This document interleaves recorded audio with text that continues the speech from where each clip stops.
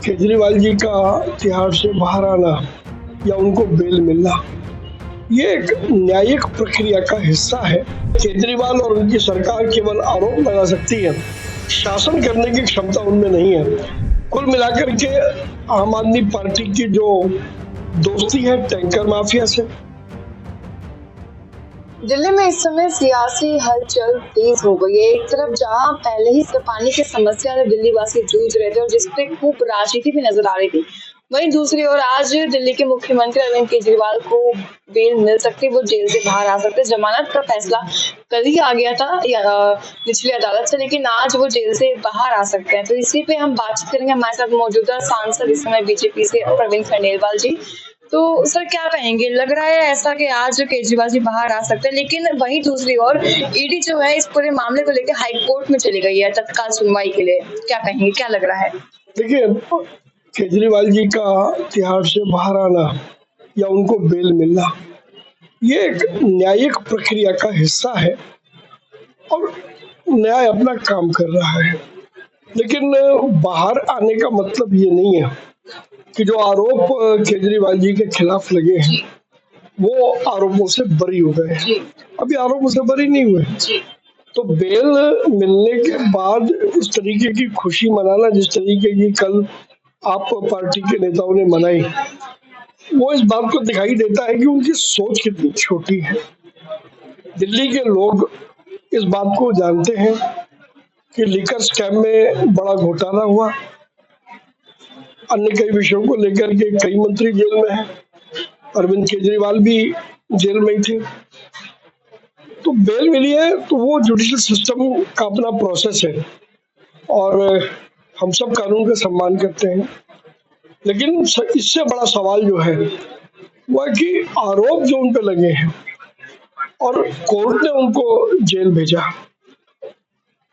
तो जब तक वो आरोपों के लेकर के जो केस चल रहा है, जब तक उसका निर्णय नहीं आता तो कोई मामला बंद हो गया ऐसा नहीं है।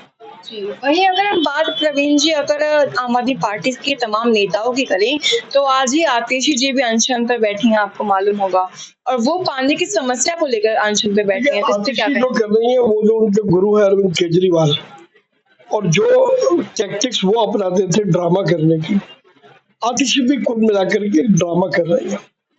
क्योंकि दिल्ली सरकार और आतिशी जल मंत्री होने के नाते से पानी की इस विकराल समस्या को ठीक कर पाने में, उसका समाधान निकालने में पूरी तरीके से फेल हुई है।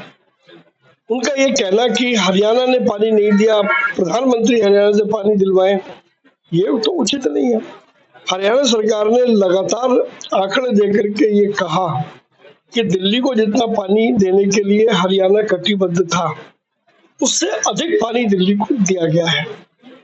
कुल मिलाकर के आम आदमी पार्टी की जो दोस्ती है टैंकर माफिया से, पानी की जो पाइपलाइन है उसका जो लीकेज है उसको वो रोक पाने में असफल रहे हैं और दिल्ली में किसी भी प्रकार का प्रबंधन वो नहीं कर पाए, तो अब उसका ठीकरा वो दिल्ली के लोगों पर फोड़ना चाहते हैं, वो भारतीय जनता पार्टी पर फोड़ना चाहते हैं और इसलिए वो आरोपों की राजनीति कर रहे हैं। इसलिए आतिशी जी को भी समझना चाहिए कि उनकी इस राजनीति को देश और दिल्ली के लोग समझ गए हैं। अगर ऐसा ना होता तो केजरीवाल जी ने कहा था कि जेल से वोट दो मेरे को, दिल्ली की जनता ने 7 सीटें भारतीय जनता पार्टी को देकर के ये बता दिया कि उनकी आस्था प्रधानमंत्री श्री नरेंद्र मोदी में है, उनकी आस्था भाजपा में है। जी, एक आखिरी सवाल मैं आपसे करना चाहूंगी कि ये जो सब कुछ राजनीति में भी चल रहा है, बीजेपी का 7 सीटें जीतना, आम आदमी पार्टी का चारों तरफ से इन मुद्दों में घिर जाना, पानी का मुद्दा हो गया, उधर से केजरीवाल जी अभी जेल में है, जमानत मिली लेकिन अभी तक बाहर नहीं आए, क्या इनका सीधा असर आगामी दिल्ली विधानसभा चुनाव जो अगले साल ही है शुरुआती में, क्या उस पर सीधा पड़ता है? देखिए, एक बात तो आप स्पष्ट मान लें कि जिस प्रकार से दिल्ली की जनता ने लोकसभा के चुनाव में भारतीय जनता पार्टी को विजयी बनाया है,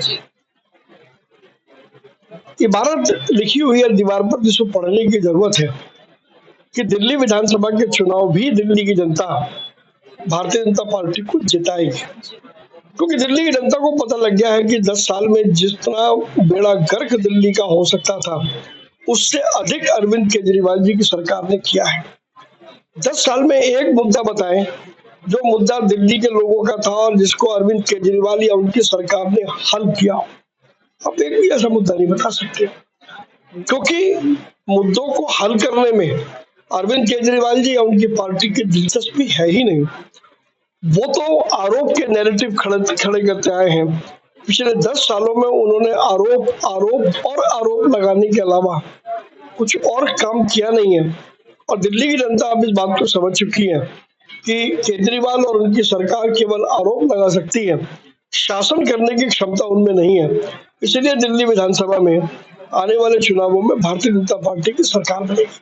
जी, बहुत बहुत धन्यवाद। जैसा कि अभी आपने देखा कि हमारे साथ बीजेपी से मौजूदा सांसद प्रवीण खंडेलवाल जी ने तमाम मुद्दों पर हमसे बातचीत करी और जनता को ये बताया किस तरह से जो सारा राजनीतिक खेल या सियासी एक तरह से जो आरोप प्रत्यारोप का सिलसिला चल रहा है उसका सीधा असर किस तरह से विधानसभा चुनाव पर भी पड़ता नजर आएगा। आपकी क्या राय हमें कमेंट कर जरूर बताइएगा। कैमरा मैन विकी के साथ मैं खुश राणा, पंजाब केसरी।